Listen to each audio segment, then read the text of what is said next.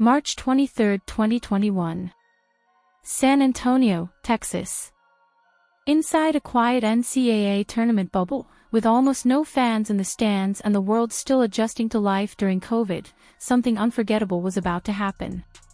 It was Iowa versus Kentucky in the second round of the NCAA Women's Tournament. A fifth seed against a fourth seed. On one side stood Kentucky superstar Rhyne Howard, already one of the biggest names in women's college basketball. On the other side was a freshman from West Des Moines, Iowa, a player most of the country barely knew yet. Her name was Caitlin Clark. And by the end of the afternoon, everyone would know it. Coming into the tournament, Iowa wasn't viewed as a serious contender. They hadn't even received preseason top 25 votes. Outside of Iowa City, very few people were paying attention to the Hawkeyes. Clark had put together a fantastic freshman season, but this was only her second NCAA tournament game. The spotlight was supposed to belong to Rhyne Howard. But before the game even tipped off, Clark gave a glimpse of the confidence that would soon define her career. She looked around the small gym and told head coach Lisa Blutter, "This is a shooter's gym." Coach Blutter simply told her to trust it. That turned out to be a warning for Kentucky. From the opening possession, Iowa came out flying. Gabby Marshall knocked down a jumper. Kate Martin attacked the basket for a layup. Then Clark drilled a three-pointer, and suddenly Kentucky looked stunned. Before the Wildcats even scored, Iowa had raced out to an 11-0 lead. Kentucky started the game ice cold, missing their first 8 shots. Meanwhile, Clark was completely in control. She wasn't just scoring, she was reading the defense like a veteran. Every possession looked easy for her. She knew exactly when to attack, exactly when to pass, and exactly when Kentucky was out of position. She hit another jumper. Found Monica Chinano inside for easy baskets. Then she stepped back and buried another 3 that pushed Iowa's lead to double digits. Kentucky called timeout, desperate to slow the freshman down.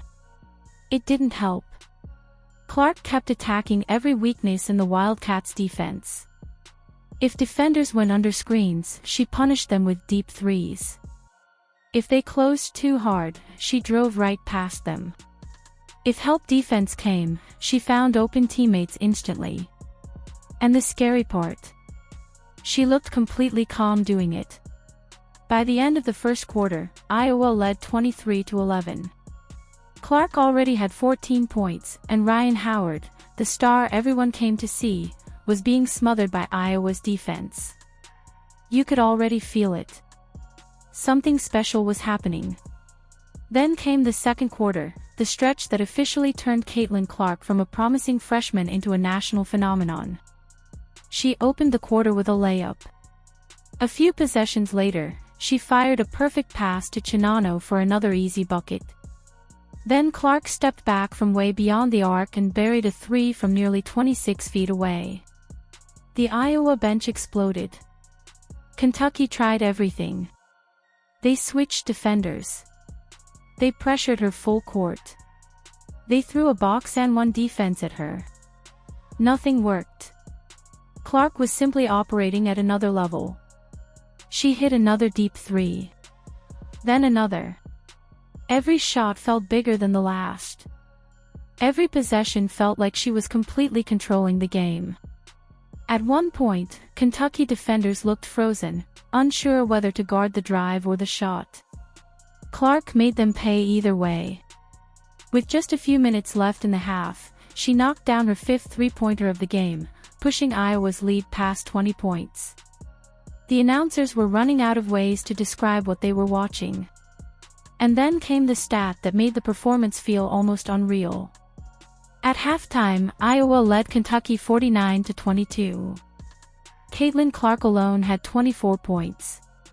She had personally outscored the entire Kentucky team in the first half. Think about that for a second. A freshman. In her second NCAA tournament game. On one of the biggest stages in college basketball. And she outscored an entire team by herself in 2 quarters. That wasn't normal. That wasn't luck. That was greatness announcing itself. To Kentucky's credit, they didn't quit.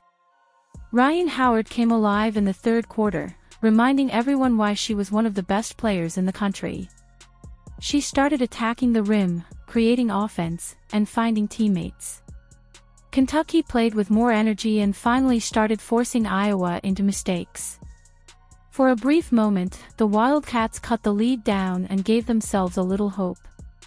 But every single time Kentucky made a push, Clark answered immediately. That was the story of the game. Kentucky would score. Clark would come right back with a bucket or a perfect assist. Kentucky would build momentum. Clark would drain another three. Kentucky would force a turnover. Clark would sprint down the floor and finish through contact. Every run ended the same way, with Caitlin Clark crushing it. She grabbed rebounds and pushed the pace herself. She threaded passes through defenders that most players wouldn't even attempt. She scored at all three levels and controlled the tempo of the game from start to finish. Meanwhile, Iowa's supporting cast was excellent. Monica Chinano battled inside and added key baskets. Kate Martin played tough on both ends. Gabby Marshall provided huge energy and timely scoring. The Hawkeyes looked like a complete team. But make no mistake, this game belonged to Caitlin Clark. By the fourth quarter, the outcome was no longer in doubt. Iowa had built a massive lead, and Clark eventually spent much of the final minutes on the bench watching her teammates close out the win. When the final buzzer sounded, Iowa had defeated Kentucky 86-72 and advanced to the Sweet 16. Clark's final stat line looked like something out of a video game. 35 points. 7 rebounds. 6 assists. 6 three-pointers made. And she did it all as a freshman in a nearly empty bubble gym during one of the strangest tournaments in NCAA history. Rhyne Howard finished with 28 points and fought until the very end, but even her incredible performance was overshadowed by what Clark had done. After the game, Lisa Bludder reflected on how nobody believed in Iowa at the beginning of the season. No rankings. No national hype. No expectations. But inside the quiet San Antonio gym, everything changed. That afternoon became the moment the basketball world truly met Caitlin Clark. A fearless freshman who walked into a shooter's gym, trusted her instincts, and delivered one of the greatest NCAA tournament performances anyone had ever seen. And looking back now, it feels like the beginning of something much bigger. Because from that day forward, Caitlin Clark was no longer just Iowa's star. She was becoming the future of women's basketball.